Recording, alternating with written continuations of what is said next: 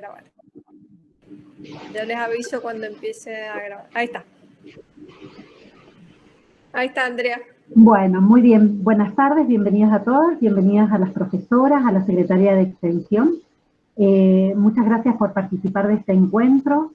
El mismo se está dando en el marco de la transferencia que la profesora Ana Repeto ha organizado luego de su estancia en la Universidad de Granada.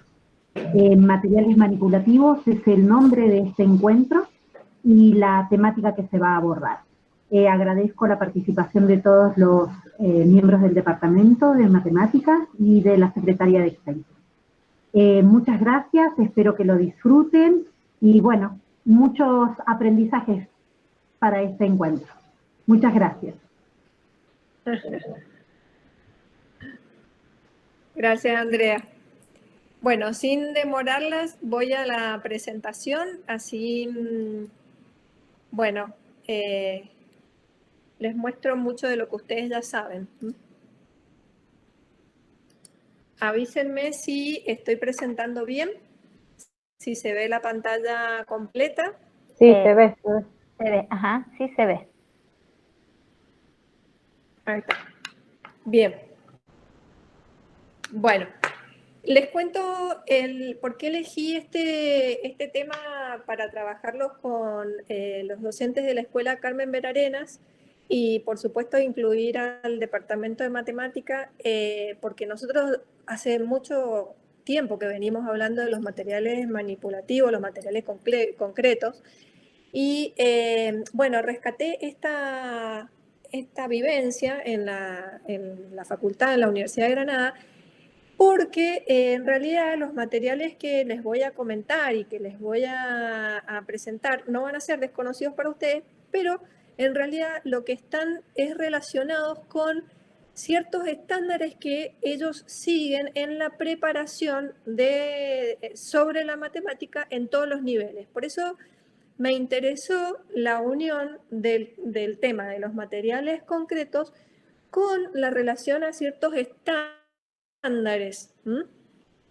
Esos estándares los fijan como si fuera nuestro diseño curricular, los fijan ellos. Ya les voy a contar en qué consisten, aunque no voy a ahondar profundamente, pero para que vean que, bueno, en realidad mi intención no es hacer una comparación ni nada por el estilo, sino simplemente mostrarles la experiencia. Pero encontré mucho en común con ellos cuando estuve allá, con nosotros.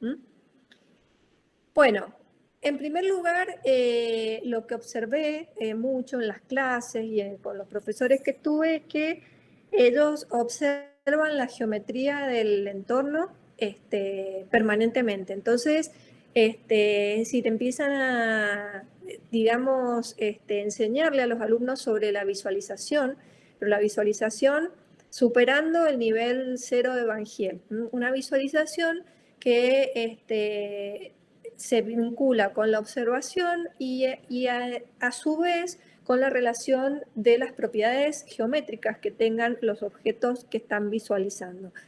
Por eso es que he incluido algunas fotos de ciertos lugares en donde había objetos geométricos y ellos como que buscan ese anclaje con la realidad para que la geometría no quede tan abstracta.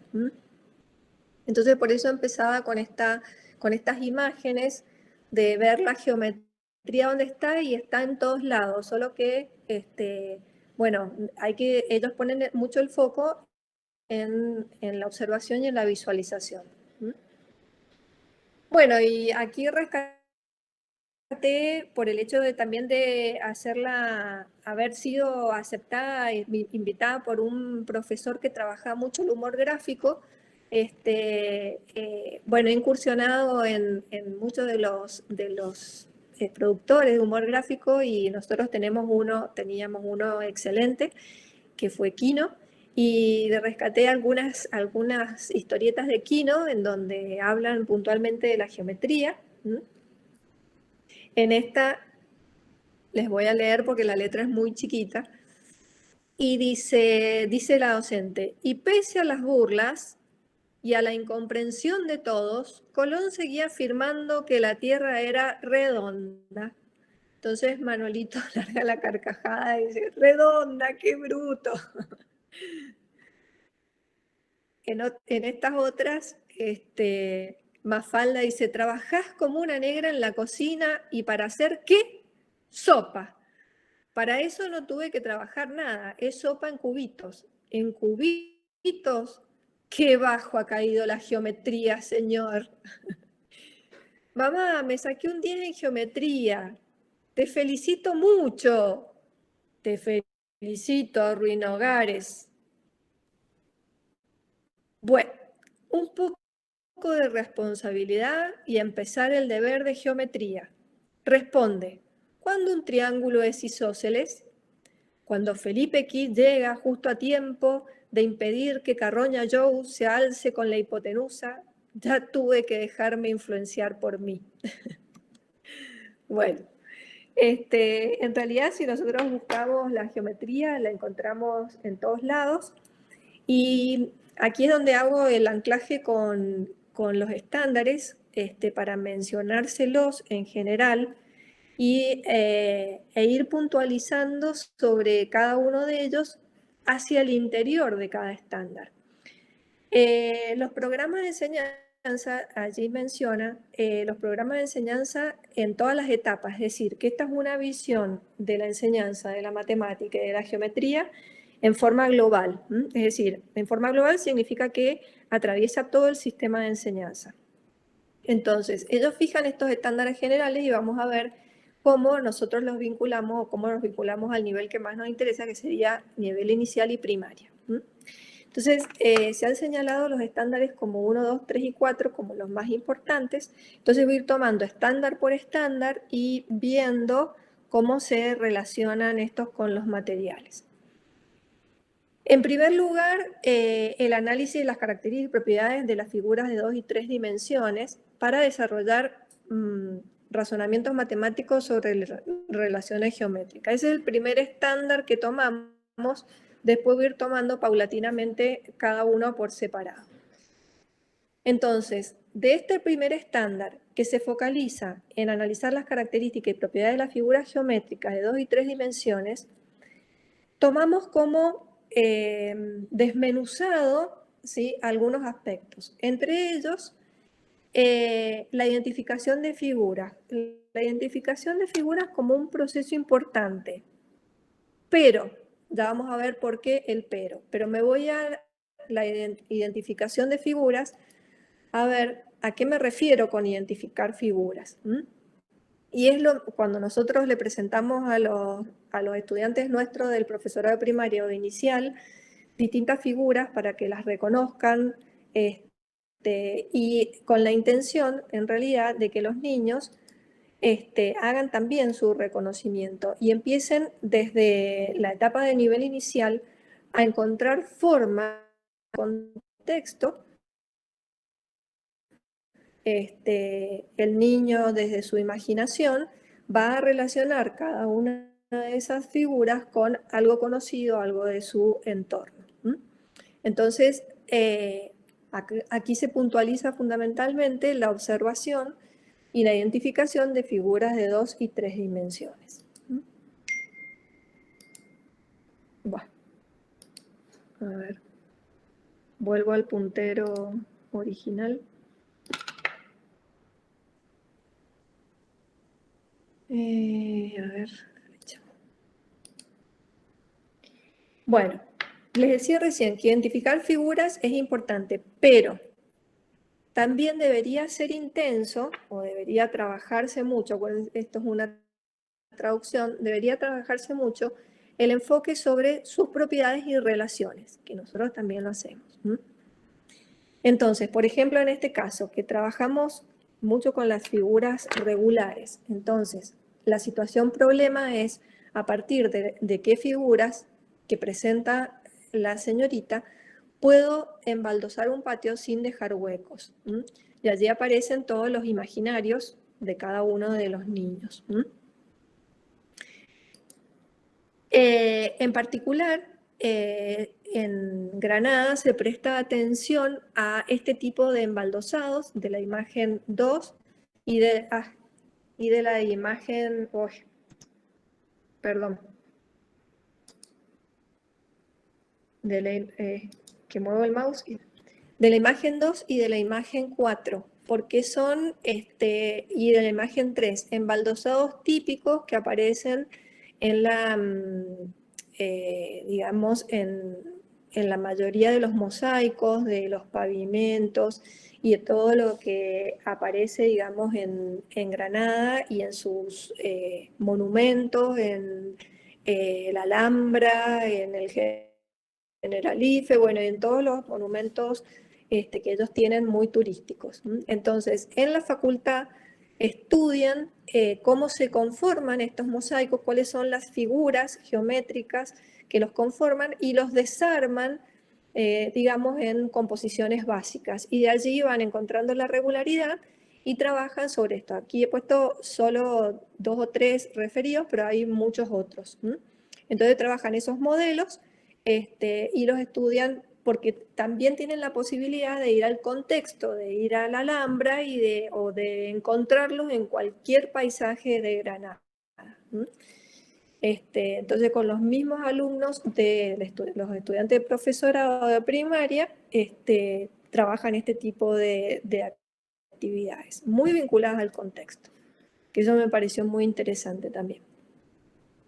Bueno, dentro de este mismo, de analizar características y propiedades de las figuras de 2 y 3 dimensiones, otro concepto que nosotros también hemos trabajado mucho, que es aprender sobre las figuras utilizando los objetos que puedan verse. Y esto es lo que nos lleva justamente a los materiales concretos o a los materiales manipulativos, que ustedes ya conocen, entre ellos el Pangram, entre uno de los posibles, el geoplano, que nosotros tradicionalmente utilizamos pero bueno, ellos trabajan también con los distintos tipos de geoplanos. Ya les voy a contar cómo se organizan ellos para tener los materiales manipulables a mano.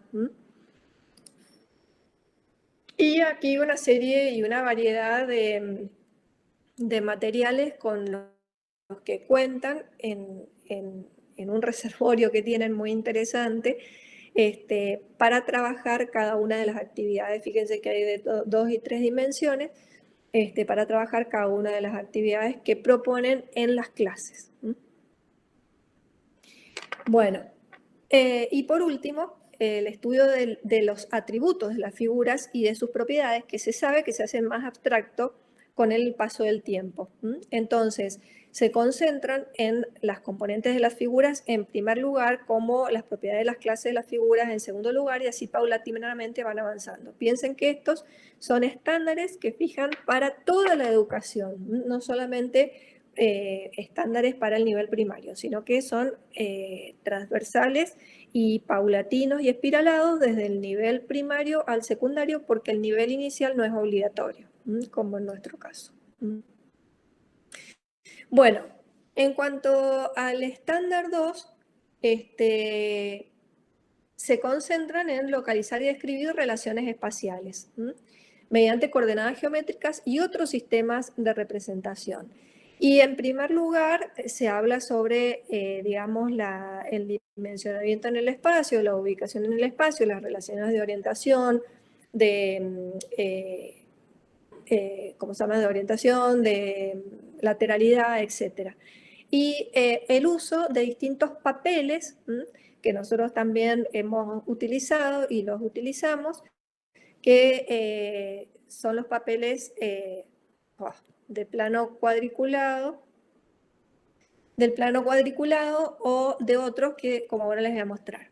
En el plano cuadriculado, que en realidad se supone que ellos van a trabajar, a tomar clases que no son obligatorias con sus cuadernos, ¿sí? Bueno, no todos llevan cuadernos cuadriculados, entonces el profesor les lleva los planos cuadriculados recortados, fotocopiados, y les entrega un trozo a cada uno, por el hecho de que no es común que usen todos cuadernos cuadriculados como nosotros. Bueno, entonces en una actividad sobre un plano cuadriculado, por ejemplo, buscar la distancia del taxista, que no es una distancia métrica, sino recorrer los caminos posibles siempre por el mínimo de A hasta B, el mínimo camino posible, siempre en una dirección, a la derecha o hacia arriba. Ese es un ejemplo de actividad, ¿sí? Y la otra, bueno, no sé si se alcanza a ver bien en las imágenes, pero he querido representar, por un lado, en la imagen 13 el plano cuadriculado y en la imagen 14 el plano punteado, para las representaciones, ¿sí? Bien, en cuanto al estándar 3, focalizan mucho el trabajo en las transformaciones, y entre ellos las simetrías. Bueno, de las transformaciones tomo, fíjense que habla de los niños como ideas intuitivas, exploran movimientos como ellos les llaman deslizamientos, giros y reflexiones. Nosotros los giros y reflexiones, que muevo el mouse, disculpen. Los giros y reflexiones nosotros ya los conocemos. Ahora, los deslizamientos en particular me llamó la atención porque es esta imagen que aparece aquí, en donde primero hace una composición en realidad de transformaciones y le llama deslizamiento a la figura que obtiene como resultado, que sería esta. Es decir, primero compone con una simetría ortogonal y posteriormente hace una traslación. A esta composición de transformaciones las llama deslizamientos. Que eso fue lo que me pareció novedoso. Y por otro lado, bueno, trabajan también las ideas de la simetría con las figuras recortadas en papel, con el molde para hacer los muñequitos uno tomado de otro, o bien la simetría en un único muñeco, que en la clase les piden a los estudiantes que hagan ese modelo, lo recorten y verifiquen las simetrías. Nosotros, bueno, ya vamos a ver por qué pongo esta imagen, pues pretendemos trabajar con el uso también de la tecnología. Perdón, me pasé, tenía que volver acá. Porque trabajan las transformaciones con deslizamientos, reflexiones y giros, y también con el uso de los espejos. Y bueno, la verdad que me llamó la atención el uso de la combinación de 2 o más espejos, que lo llaman libro de los espejos, en donde les permite ver la composición de las figuras. Estos son ejemplos de espejo simple o de composición de libros de espejos. Por otro lado, también trabajan programas, o por lo menos los estándares dicen que hay que trabajar programas con ordenadores, es decir, donde interviene la tecnología, y por eso nosotros hablamos de geometría dinámica. Que hemos concebido nosotros y hemos tomado como iniciativa al trabajar con geometría dinámica es el uso de un software. Pero tenemos una diferencia respecto a la concepción de la geometría dinámica con respecto a ellos. Ellos hablan de la geometría dinámica como la posibilidad de trabajar con objetos concretos que, digamos, generan movimiento, y esto genera la posibilidad de verlos con un cierto dinamismo. Nosotros por ahí tenemos una diferencia respecto de la concepción de la geometría dinámica, y nosotros por ahí las concebimos únicamente con el uso del software. Ellos hacen una combinación de las dos cosas. Para ellos la geometría dinámica es el trabajo con las transformaciones. A eso apuntan ellos cuando hablan de geometría dinámica. En el último caso de este estándar 3, bueno, como parte de la geometría dinámica consideran mucho la simetría, y otra vez vuelve a aparecer los modelos que se pueden identificar en todos los mosaicos árabes que hay, digamos, por toda la ciudad, en todos los edificios, en todos los lugares y en el mismo recorrido de la Alhambra, la presencia de estos mosaicos como imanes, y para ellos el arte está representado en todos lados, y eso se ve mucho en la ciudad. Por eso es que les comentaba recién que en las transformaciones estudian mucho la composición de las figuras de los mosaicos que aparecen sobre todo en la Alhambra. Y nosotros trabajamos la composición con la intención de generar una combinación de transformaciones, ya sea a través de frisos, teselados, mosaicos, guardas o toda combinación de transformaciones. Por último, en el estándar 4, resulta interesante el uso de la visualización, tal como ellos lo definen, junto con el razonamiento matemático y la modelización de la geometría para resolver problemas.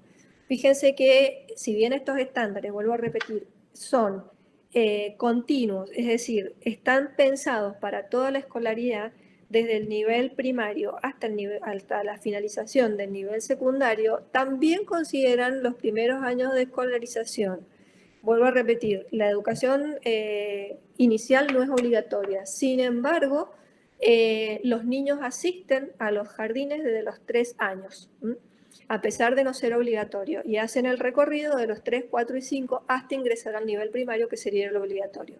Aquel niño que no quiere ir al jardín no tiene la obligación de hacerlo, pero la mayoría ya está escolarizado.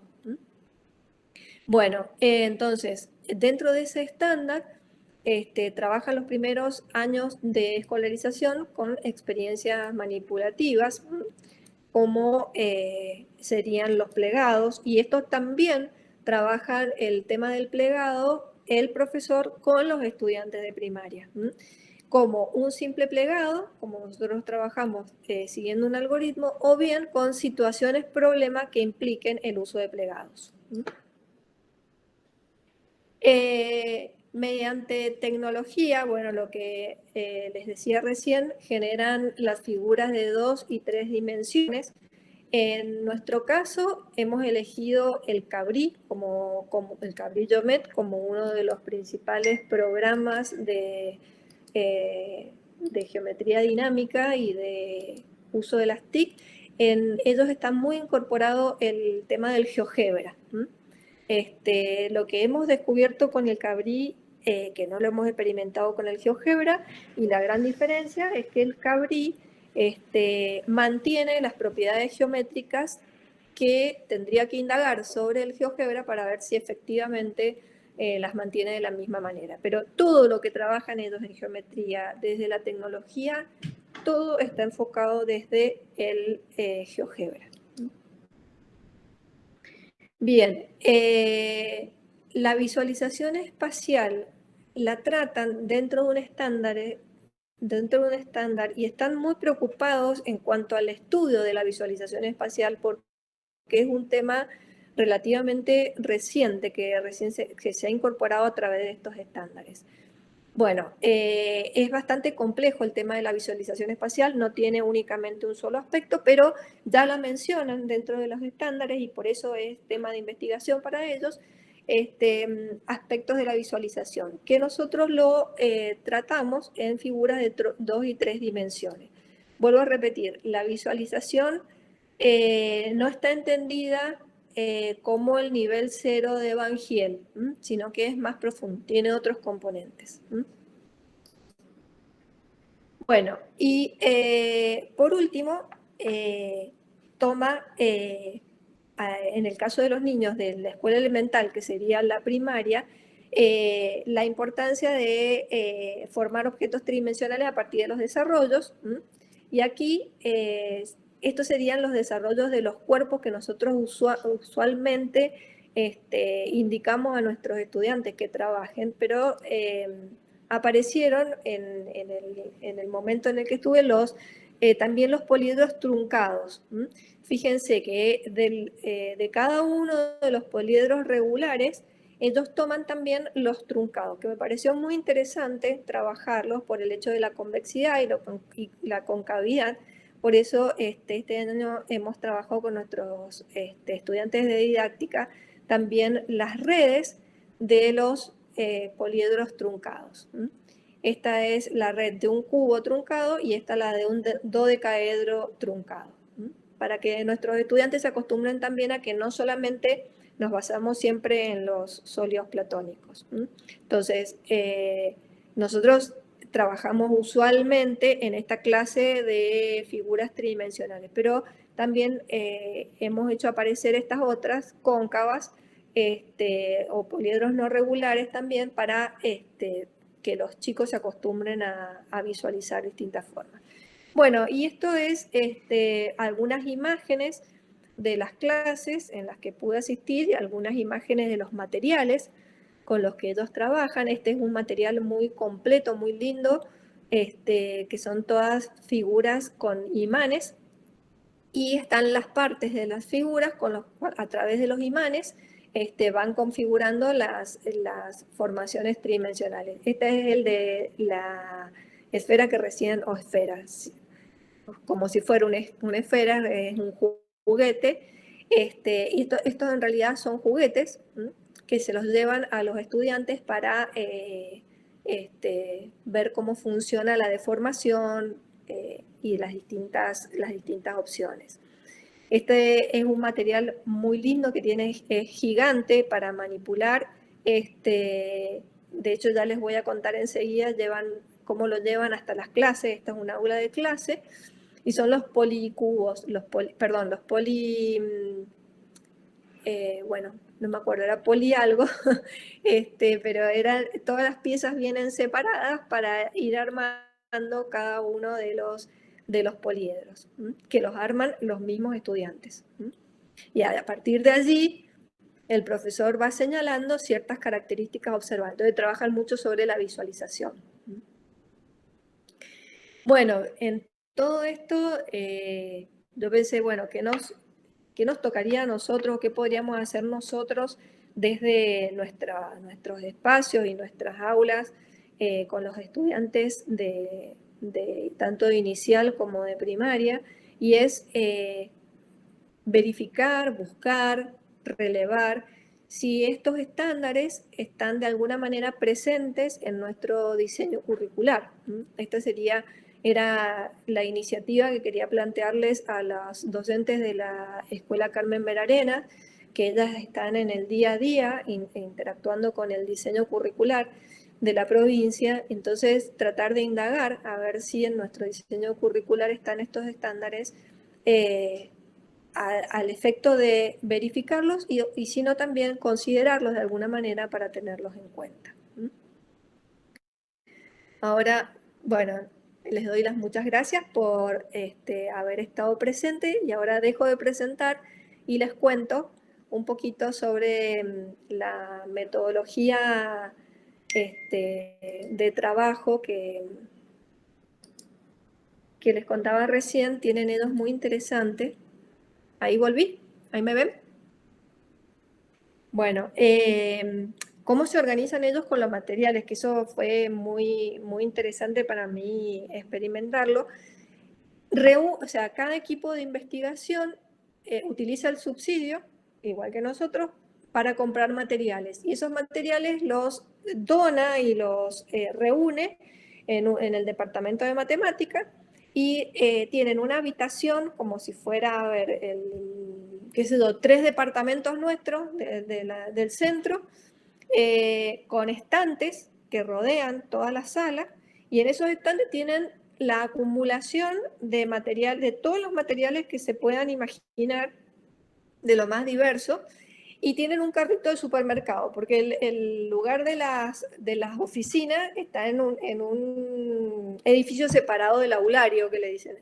Entonces agarran el carrito de supermercado, y el día de que tienen la clase en cualquiera de las materias, en cualquiera de las carreras, cargan los materiales al carrito y se van con el carrito hasta la sala donde tienen que dar la clase, y allí despliegan los materiales, los usan los estudiantes, pues vuelven otra vez y devuelven los carritos. Y así, claro, se han provisto, después de muchos años, de muchísimos materiales de todo tipo, para todas las áreas, para geometría, para numeración, para estadística, para todo.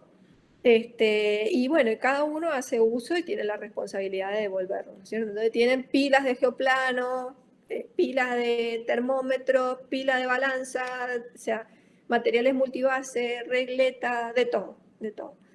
Así que, y en ese mismo lugar que tienen esa especie de despacho, de oficina, hacen las reuniones de equipo y hacen las reuniones de clase o de seminario o lo que fuera.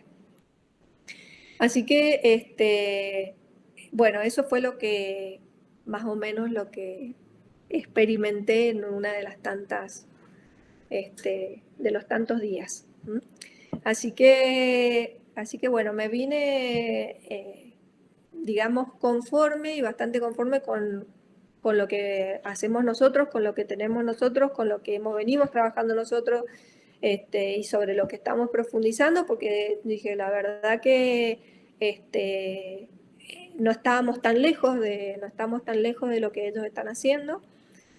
Solo que les cuento un poco de los estándares. Me llamó la atención, estos estándares ellos los tienen fijados como si fueran en una especie de libro, como le decía, un diseño curricular, pero en realidad son estándares que se toman del NCTM, NCTN, perdón, que es NCTM, que es el Congreso Nacional de Enseñanza de la Matemática, que se reúne cada cierta cantidad de años. Y por lo que estuve indagando del NCTM, es generalmente cada 4 o 5 años, y lo conforman los, digamos, matemáticos expertos de todo el mundo. Descubrí en uno de las actas del NCTM que lo había integrado las personas, los creadores del Cabrí. Colette Laborde había sido, que es de Francia, y los NCTM los desarrollan en Estados Unidos. Si bien es americano, el consejo está integrado por gente de todo el mundo que se convoca y desarrollan esos estándares, en realidad para Estados Unidos. ¿Qué hace España?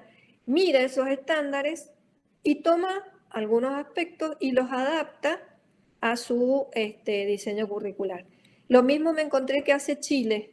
Chile también toma los NCTM y sobre esos desarrolla también no solamente los diseños curriculares, sino que de allí en más lo que son editoriales, libros y todo el material que se produce, tienen en cuenta esos estándares.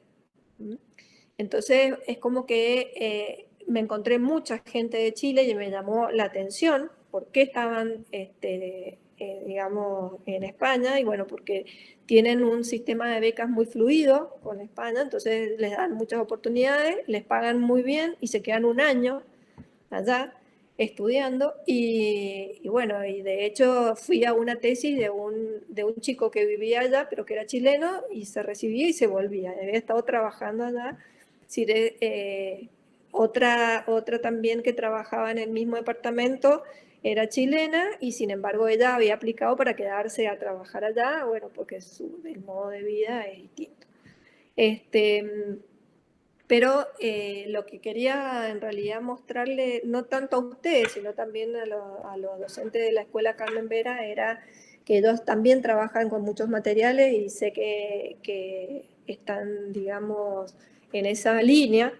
Y bueno, justamente esto, es decir, encontrar la conexión con nosotros.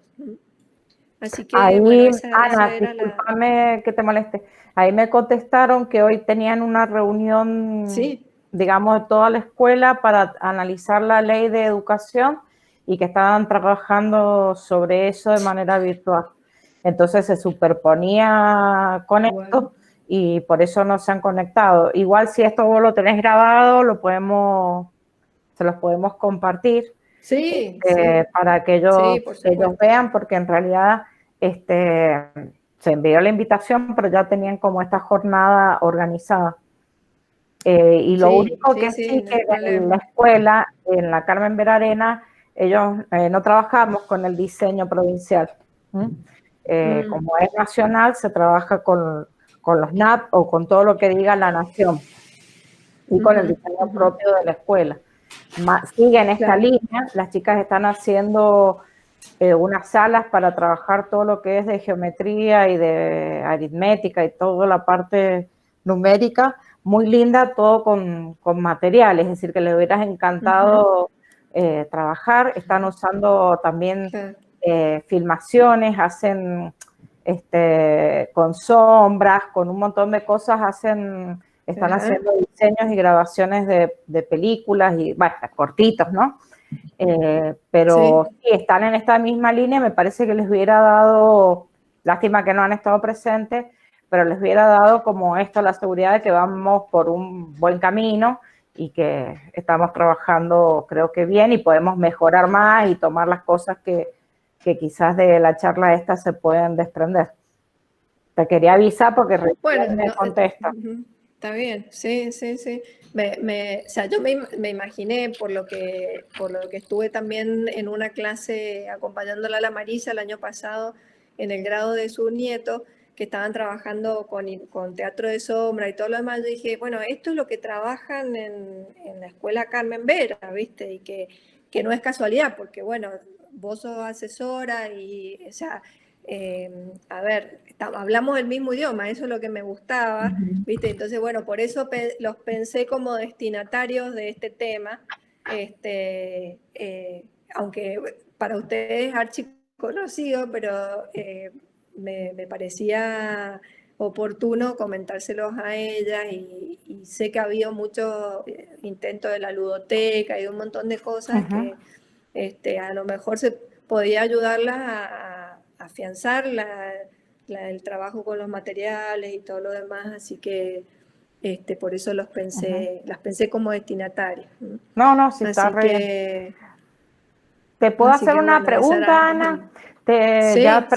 Preguntarte, ¿la materia ya cómo se llama? ¿Didáctica o es matemática? ¿Cómo? Se llama matemática. Se llama matemática. Digamos, tienen el profesorado también de formación de primaria, igual que nosotros. No tienen de inicial, porque como les dije, no es obligatorio. Igual, los profesores de inicial se capacitan en forma sistemática. Entonces, tienen un consejo de capacitación para los profesores de inicial y a ese consejo, sea coordinado por una persona, invitan a profesores de la universidad a dar charlas de capacitación que los coordinan ellos en un calendario durante todo el año. Entonces los profesores de nivel inicial asisten a esas que son gratuitas, es decir, o sea, los profesores van en forma gratuita y todo lo demás. La materia sí se llama matemática y como te digo, lo que me llamó la atención mucho es que no es obligatorio el cursado y el aula estaba llena. ¿Viste? Yo dije, ¿cómo no toman asistencia? ¿Viste? O sea, esa cuestión de qué sé yo, de decir... De conciencia universitaria, de un aula, de responsabilidad.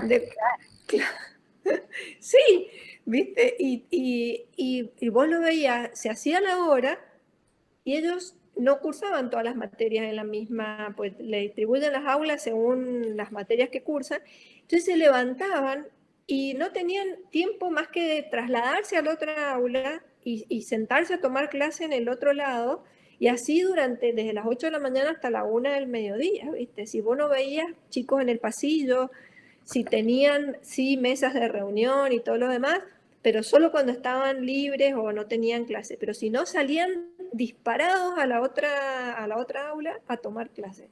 La verdad que vi ese comportamiento, ¿viste? Muy particular. Ninguno durante la clase ni comía, ni tomaba mate, por supuesto que ya no tomaba mate, pero estaban 100%, ¿viste?, concentrados en la clase y el profesor permanentemente estaba en diálogo con ellos, igual que hacemos nosotros, pero estos chicos, ¿viste?, le respondían y yo al final le preguntaba, digo, ¿por qué saben lo que saben? ¿Viste? O sea, ¿por qué pueden seguirlo al profesor tanto? Y porque me dice, lo traen del secundario. O sea, la formación de base ya la traen del secundario. Le digo, pero vos no das teoría, le decía yo al profesor, ¿viste? Vos no das teoría, le digo, vos das todas situaciones, problemas. Claro, me dice, porque la teoría la tienen en el libro.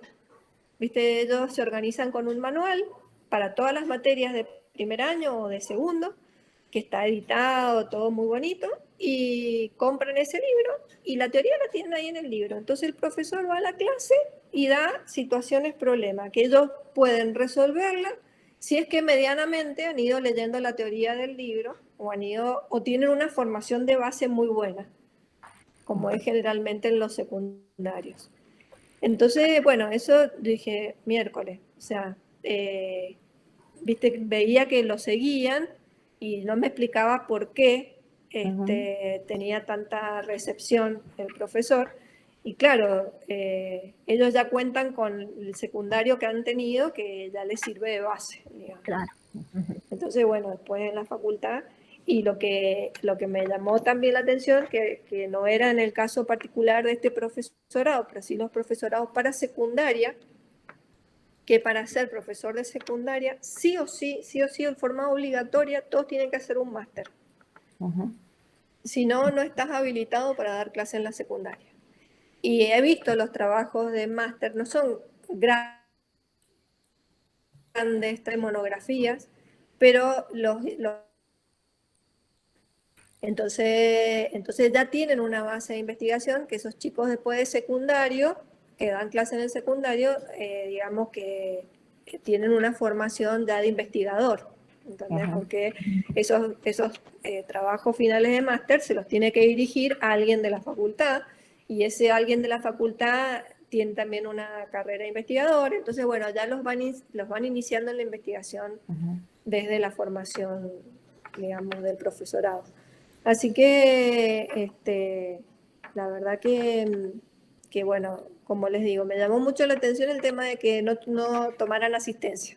Y con respecto al diseño, lo tienen como muy estructurado, es decir, no al diseño de la facultad, sino cuando del docente que ejerce, porque si vos, es decir, ellos tienen una buena base, y si el docente se dedica solo a situaciones, problemas, y a no, digamos, a no hacer actividades de generar nuevas situaciones, de hacer propuestas de actividades para trabajar evaluación, para trabajar la comprensión, para trabajar, qué sé yo, distintas capacidades, suponele, o competencias, y después ellos tienen que salir al medio a planificar, a dar clases. Es decir, esa parte en algún lado la toman o está muy diseñado que ya está como que no te puedes salir de eso, qué sé yo, no sé. No. Es como si fuera nuestra parte de formación general y después tenemos la formación específica y la parte de práctica. Ellos tienen un seminario que se llama Practicum, que es un grupo reducido. La Andrea Amparán, si me escucha, se pega un tiro, porque el Practicum, que también iba, lo daba un profesor, o sea, varios profesores dan los Practicum, pero grupos de no más de 10 o 12 personas. Y entonces esos chicos se reúnen una vez por semana en ese seminario y les van dando las distintas tareas de cómo es la salida a los centros, que le llaman, que estudien el diseño del centro, que estudien todo el contexto, y allí están juntos los de escuelas comunes como los de escuelas especiales. Entonces ese profesor a cargo de ese seminario de Practicum los va guiando, pero él no va a visitarlos o observarlos a los lugares de práctica, sino que los profesores de los centros que tienen, digamos, como si fuera un convenio con la facultad, son los que reportan cómo esos estudiantes van haciendo el desarrollo de las prácticas. ¿Entendés? Entonces se comunican directamente con el encargado del seminario y a ellos le reportan el desempeño de los estudiantes. Y bueno, como te digo, así como este profesor le daba esos 12-15, otro toma otros 12-15, otro toma otros 12-15, y son horas de clase muy productivas, porque al ser tan pocos alumnos, no porque sean pocos alumnos en la facultad, sino porque hay grupos reducidos y cada profesor a cargo del grupo. Entonces, viste, se hace muy dinámico. Sí, más personalizado también. Es muy personalizado, claro. Muy personalizado. Y los centros están cerca, sí, serían dentro de la misma ciudad, tienen que hacer las prácticas o ir a esos centros. También les pasa lo mismo que a nosotros, es decir, es donde consiguen y donde ese profesor que esté en el centro tenga convenio con la facultad.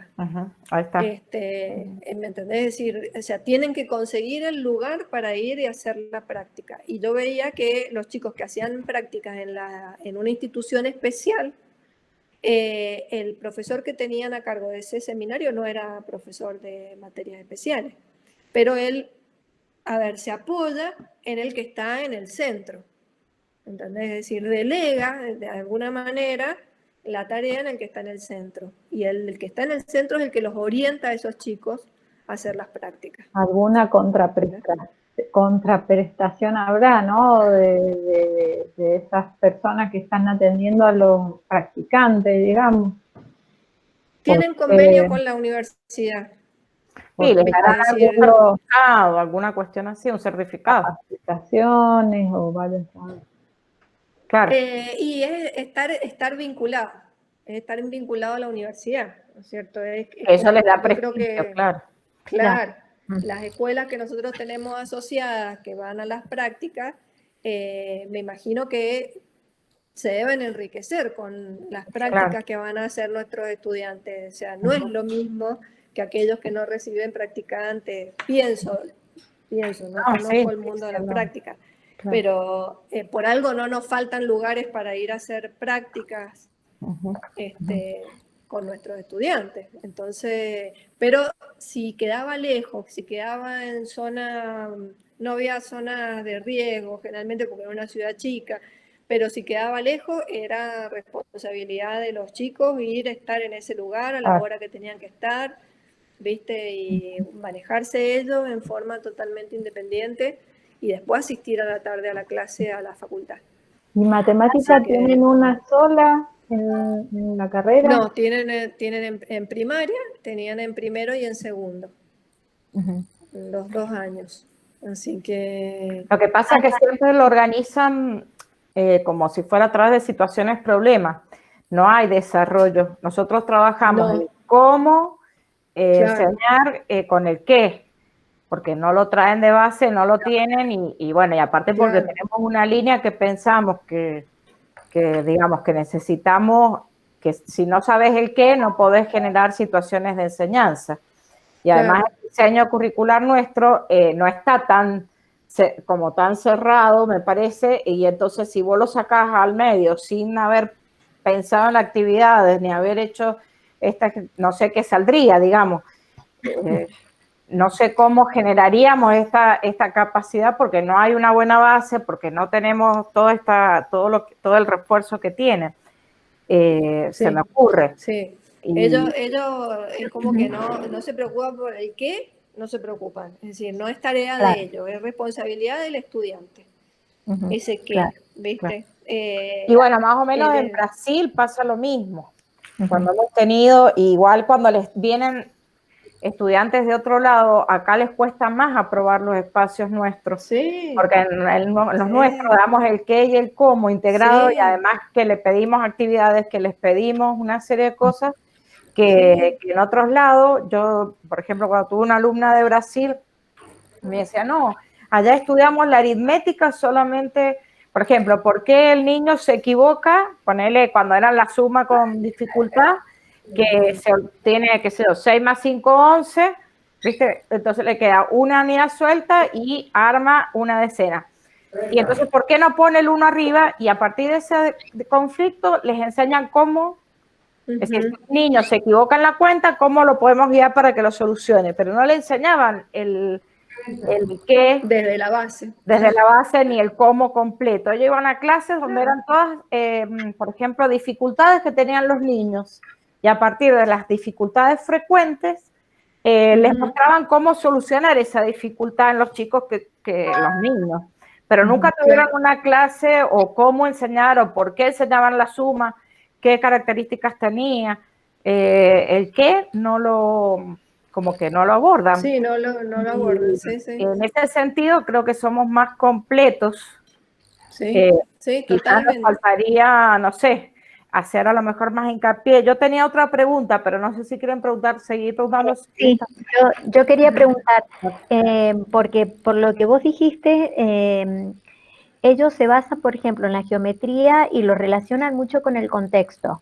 Es decir, que quienes van a estudiar ahí saben que se preparan para esa ciudad o en todas las ciudades de España se trabaja de la misma manera, porque es como que es muy diferente Granada de otra región de España. Claro, claro. En este yo creo que el mismo, bueno, lo que pasa que también por ahí el caso que yo experimenté no es para generalizar, porque justo yo estuve con un profesor que era granadino también. Entonces, por lo tanto, claro, ellos el patrimonio cultural lo tienen muy, muy incorporado, ¿viste? Entonces, conocen hasta ¿viste? Los lugares más recónditos y dónde estaba la puerta de Granada, en qué parte de la ciudad estaba, que después se llevó a otro lado. Entonces, por ahí contextualizan en la realidad de ellos en esa ciudad. Bien. No te podría decir si todos los profesores, o sea, no necesariamente todos son del lugar, porque como te digo, los profesores universitarios aplican para un determinado cargo. Y les puede tocar en Granada, si viven en Granada, o les puede tocar en Sevilla, o les puede tocar en Murcia. Y ellos se tienen que trasladar a esa universidad. Bien. Si querés trabajar en nivel universitario. Porque es como que se van abriendo los lugares y las plazas en todo el país. Entonces, el que quiere empezar a hacer una carrera universitaria aplica para un cargo determinado y no hay destino, o sea, el destino es abierto. Es abierto. Claro, claro. Por eso da la coincidencia que este profesor era granadino, pero el otro con el que estuve también, el otro era de Córdoba, por ejemplo, y estaba residiendo en Granada. Pero una vez que ya se instalan en un lugar, es como que, viste, hacen carrera en ese lugar, claro, ya, sobre todo el universitario, viste. No anda. Los más jóvenes son los que se trasladan, viste, y van haciendo carrera en otro lado, pero el que se estableció ahí, ya está. Claro. Y toda la formación primaria es a nivel universitario, todos los profesores que se preparan para nivel primario es universitario. Sí. Esta justo también se llama facultad, en realidad esta es la Facultad de Ciencias de la Educación, que incluía las carreras como la nuestra y otras tantas más. Pero sí, es universitario. Es universitario, bueno, por lo menos por lo que yo pude ver. Y en el diseño curricular de la provincia, lo que yo he visto es que trabajan mucho esto del plegado, de armar y desarmar los cuerpos. Eso como que lo trabajan bastante en las propuestas que hay en el diseño de la provincia. Pero bueno, no sé bien si el docente que lo va a trabajar, porque no dan nada de didáctica en los institutos de formación superior,